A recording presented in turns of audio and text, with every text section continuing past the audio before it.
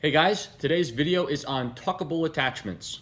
They're not magic and they do involve trade-offs, but they can have significant benefits in certain applications. Tuckable means you can run clothing over the gun, over the holster, but behind the belt clip, as I've done here. You can see I have a visible overhook on my belt, which is accentuated by the light colored pants I'm wearing. If I were trying to conceal this, I would try to more closely match my belt color and my pants color to hide the clip, but for the purpose of the video, I want to highlight it. One of the ways you can recognize tuckable attachments is they almost always involve mounting points and hardware at the bottom and the actual belt portion at the top. They separate those out. So this would be an example of a tuckable holster. It's a tuck strut with a soft loop, and you can tuck clothing into that gap right there. This is another tuckable holster, same concept, soft loop and a strut, different brand of strut. Tuck clothing tucks in there. This is a non-tuckable holster. These soft loops mount directly to the holster shell at the top. You can't put any clothing in behind them. In order to conceal this holster and this gun, you'd have to wear some kind of untucked cover garment over it. This would be another example of a non-tuckable holster. This style of clip, a DIY quick clip or a foamy, is very popular, but because it mounts at the top, you can't put any clothing down behind it, therefore it's not tuckable. So all these are tuckable attachments. This is a hazmat tough clip, an index fastener grip hook, an RCS Eidolon 1.5. This is a G-code incog clip. And then we have a couple of different kinds of struts from RCS and holsterloops.com and the Filster tuck strut. What they all share is that your hardware will attach the strut or the overhook to the holster shell at the bottom, while the work of attaching to the belt is done at the top.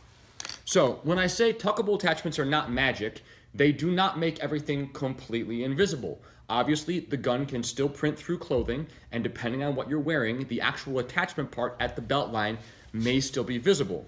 There are some attachments like the Ulti-clip that don't require the use of a belt, but can be worn with a belt, where you would clip the Ulti-clip to the pants line and then run the belt over it, which is more concealable.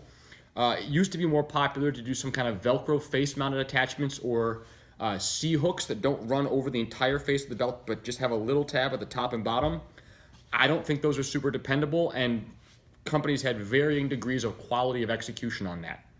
When you should consider using tuckable attachments, if your environment has clothing requirements that do not allow untucked clothing, if you are working someplace where the business attire requires a tucked-in shirt with a jacket or a suit of some kind, then you may want to go with a tuckable attachment.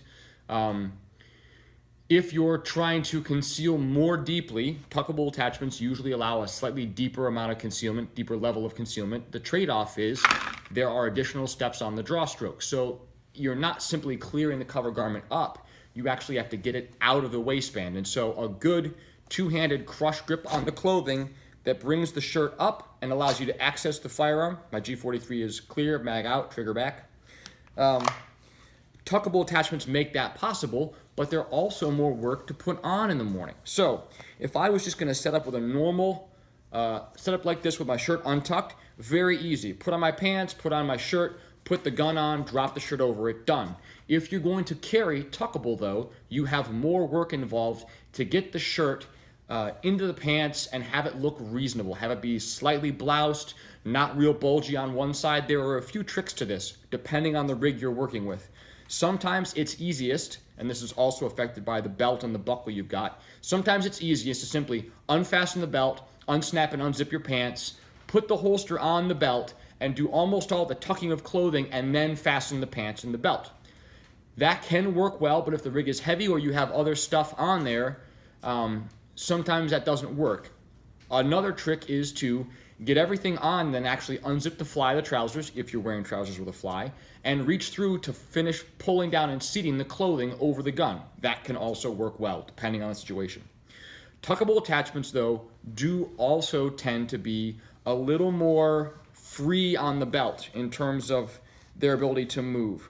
If you have two tuckable attachments, you'll gain that stability back. You'll have 2 points, and there'll be less movement side to side, but you also sacrifice more of the discretion. Two overhooks, 2 soft loops at the belt line are more visible than one. So it's very common for tuckable attachments to be run singly. A single overhook, a single soft loop, which allows the entire rig to move a little bit. Some people think this is a pro, some people consider it a con. It's mostly a question of preference, but you have to train to make sure when you go to access your pistol that you can get the firing grip you need and that the pistol is stable enough to be in a repeatable location so you can get it reliably. The other trade-off is by extending the attachment and having mounting points low and the belt attachment high, there's more leverage and more flexibility, and in some cases more points of potential failure. If you have soft loops mounted high on the shell like this, those are pretty robust. You'd have to basically rip the harbor out through the shell to break that holster off the belt without popping the snap loops loose. With something like this, where you have a single strut with a single loop, conceivably, if someone pulled with enough force, they can crank this thing open and get the gun and the holster out of the belt, out of the pants, without the soft loop ever giving up. It could still be holding on down here and the whole rig could come out, which is not ideal. So tuckable attachments trade off some strength, usually. They trade off some stability, and they trade some ease of getting on and off. But almost all tuckable attachments can be worn with a shirt over them as normal. So tuckable attachments can do both, tucked or untucked. Non-tuckable attachments cannot be worn with tucked in clothing. So that's your basic rundown on tuckable attachments. They aren't magic. They don't make guns vanish, and you still have to dress around them. Last thing I want to point out, if you'll notice here, I have a mismatched belt to overhook combination. I've got a 1.5 belt, but a 1.75 overhook. That's going to be a topic for another video. Have a great day.